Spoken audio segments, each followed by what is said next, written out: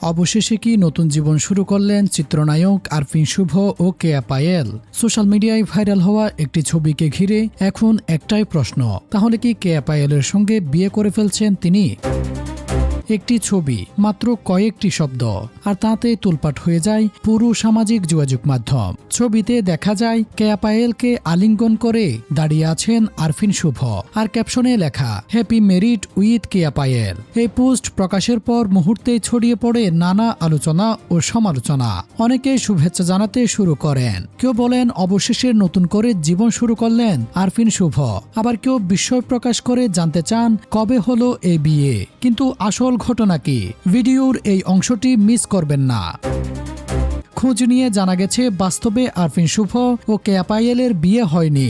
Viral হওয়া পোস্টটি ছিল তাদের নতুন ওয়েব ফিল্ম হ্যাপিলি ম্যারিড এর প্রচারণার অংশ।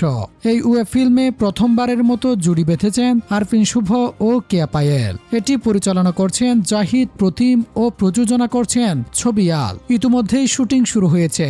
জানা গেছে ওয়েবটি প্ল্যাটফর্ম চরকির জন্য নির্মিত হচ্ছে। হ্যাপিলি ম্যারিড অসম সম্পর্ক, আবেগ এবং সম্পর্কের টানাপোড়ন ঘিরে তৈরি হয়েছে এই গল্প। এটি মুস্তাক সরওয়ার ফারুকীর তত্ত্বাবধানে মিনিস্ট্রি অব লাভ প্রকাশের একটি নতুন সংযোজন। তবে এই প্রচারণার কৌশল নিয়ে সামাজিক যোগাযোগ মাধ্যমে মিশ্র প্রতিক্রিয়া দেখা গেছে। কেউ এটিকে দারুণ স্মার্ট মার্কেটিং বলছেন, আবার কেউ মনে করছেন দর্শকদের বিভ্রান্তি করা মুঠেও ঠিক হয়নি।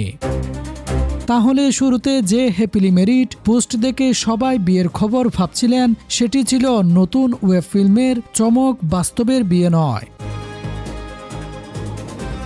Desk report, true news.